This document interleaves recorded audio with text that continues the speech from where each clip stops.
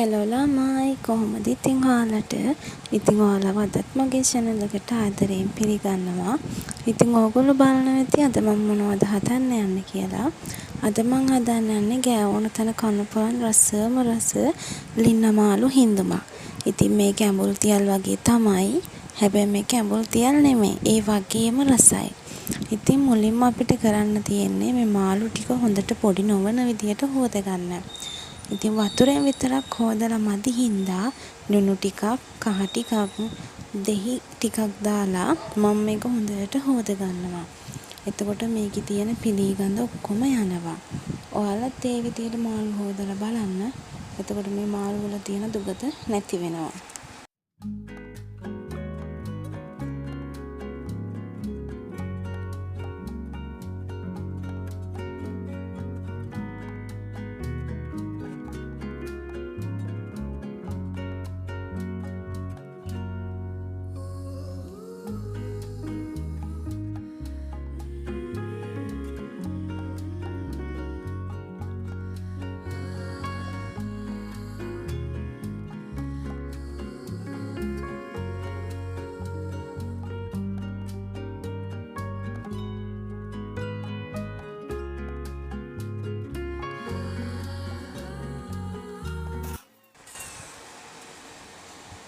ඉතින් ළමයි මේ තියෙන්නේ අපි හොඳට හොදලා ගත්ත මාළු ටික.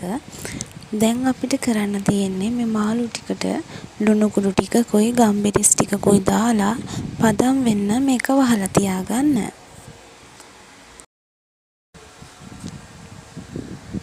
ඔන්න ළමයි දැන් අපිට සුදු ලුණු බික් කිහිපයක්, ඉඟුරු පොඩි කෑල්ලක්, කුරුඳු කරාබු නැටි කිහිපයක් ඕන වෙනවා. අපි දැන් මේ ටික ඔක්කොම දාලා හොඳට මේක පොඩි වෙන්න කොටා ගමු. දැන් අපිට ගොරක පේස්ට් එකෙන් තේ හැන්දක ප්‍රමාණයක්, ලුණු කුඩු රස අනුව, මිරිස් කුඩු තේ හැඳි එකමාරක්, 3-5 තේ හැඳි එකමාරක් මේ තියෙන අපි අර කොටාගත්තු සුදු ලුණු මිශ්‍රණය.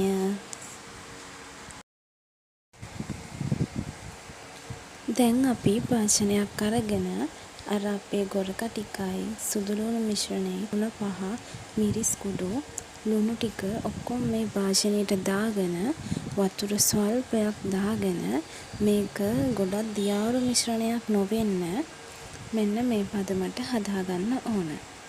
මේක අපි මාළු වල තවර ගන්න හදන මිශ්‍රණය.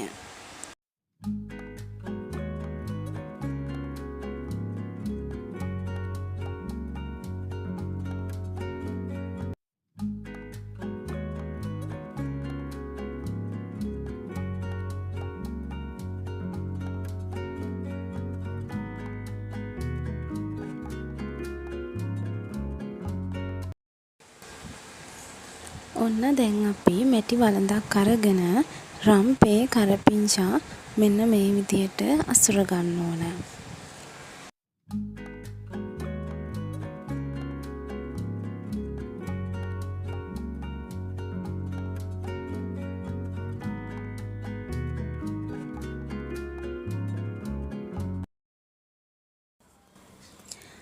ඔන්න ළමයි ඊළඟට අපි අර කලින් ලුණු ගම්බිරිස් දාලා පදම් වෙන්න තිබ්බ මාළු ටික අරගෙන මේ හදාගත්තු තැවරුමේ හොඳට තවරගමු.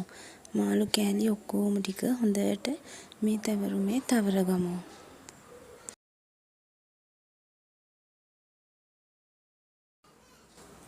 දැන් ළමයි අපි අර මිශ්‍රණයේ තවරගත්තු මාළු කෑලි ටික වළඳේ අතුර ගන්නවා.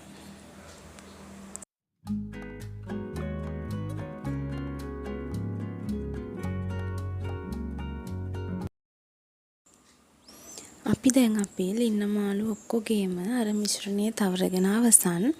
ඊට පස්සේ මේකට වතුර ටිකක් දාගන්න ඕන.